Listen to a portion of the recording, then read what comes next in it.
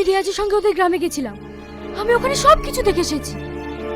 তাই যদি হয় তাহলে শপথ কর ওই গ্রামের একটা মানুষকে বাঁচতে দেবো না।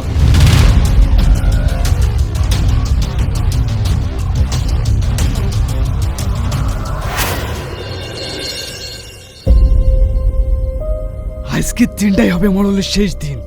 চ দাঁড়া ভাই, ওকে এত সহজে মারবো না। ও যতটা কষ্ট দিয়ে আমাদের বাবা মাকে মেরেছে তার চেয়ে 10 গুণ কষ্ট দিয়ে ওকে মারবো, তবেই আমাদের বাবা মার আত্মা শান্তি পাবে। তুই ঠিক বলেছিস। হ্যাঁ, তবে আমাদের সঠিক সময়ের অপেক্ষা করতে হবে, এত তাড়াহুড়ো করলে চলবে না। তুই কি করতে চাস? ওদের বাড়ির প্রত্যেককে একে একে শেষ করবো। প্রথমে ওর ছেলেকে মারবো, তারপর ওর বউকে। তখন মরল বুঝতে পারবে আপনজন হারানোর কষ্ট কত।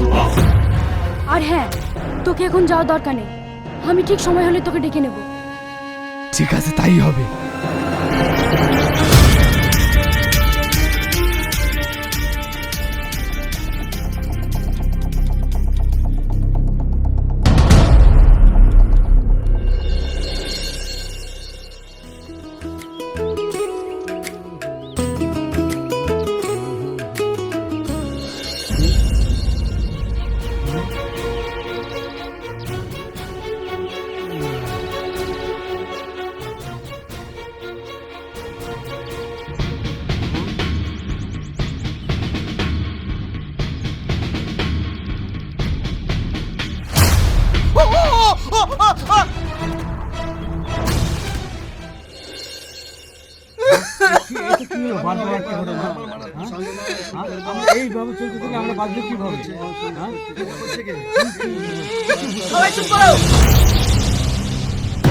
এত আতঙ্কিত হলে চলবে না।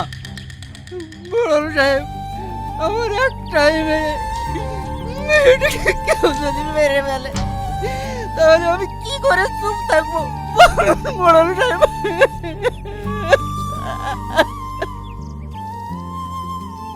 আপনার কথা আমি বুঝতে পারছি।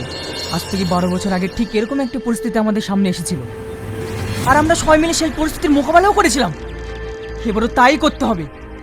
যাও, তোমরা প্রস্তুতি নাও, কালকে জঙ্গলে হানা দেবো। ঠিক আছে মরল সাহেব, চলো তোমরা।